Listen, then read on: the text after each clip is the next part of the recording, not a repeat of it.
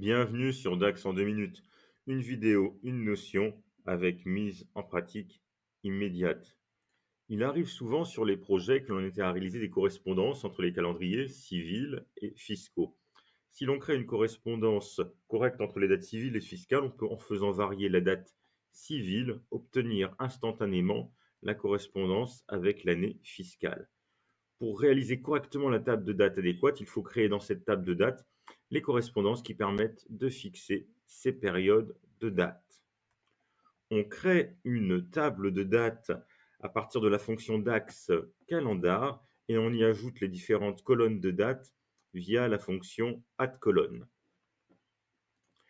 Si on veut fixer la date fiscale à partir de la date civile, il faut mettre en place une coupure en juillet, 7e mois de l'année civile, souvent la date de changement entre les périodes. Deux changements sont à appliquer, un changement pour l'année et un changement pour le mois.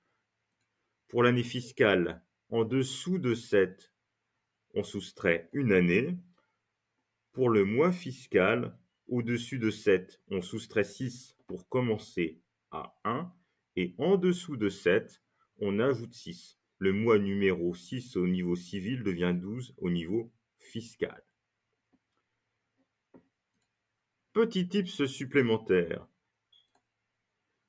Si l'on hérite de dates, d'une table de dates avec des dates sous forme d'index comme order date key ici,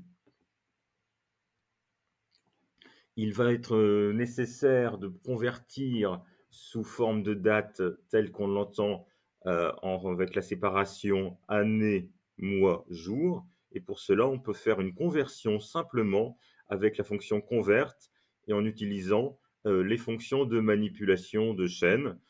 Là, on récupère l'index, on utilise la fonction de conversion de chaîne left, mid ou right en passant en integer et ensuite on réutilise la fonction date pour bien spécifier que c'est une nouvelle date.